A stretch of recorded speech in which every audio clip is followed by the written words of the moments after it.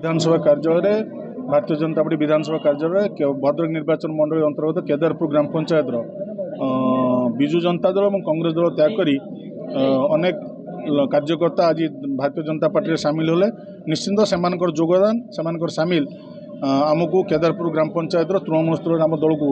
आहरी सुदृढ़ करूँ ए कौन सन्देह ना। मुझे माध्यम गोटे कथा कही रखापी चाहूँगी आज विजु जनता दल कांग्रेस दल को संपूर्ण भाव साधारण लोक प्रत्याख्यान कर सारे। आज से विचलित आज से एत नीच स्तर को जाइए साधारण लोक को धमकाई चमकाई पछौना कि माध्यम कही रखा चाहूँगी दीर्घ 24 वर्ष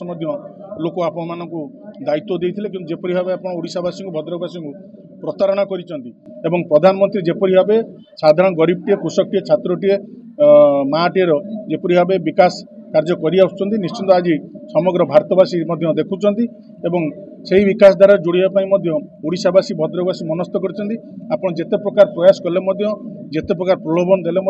जिते प्रकार भयभीत कले आगामी दिन में 2024 जून 1 तारिख दिन लोक मैंने मनस्थ कर भारतीय जनता पार्टी को आशीर्वाद करेंगे एवं प्रथम थर भारतीय जनता पार्टी ओडिशा रे एकाकी सरकार करिवो एवं भद्रक निर्वाचन मंडल एक परिवर्तन आसो से परिवर्तन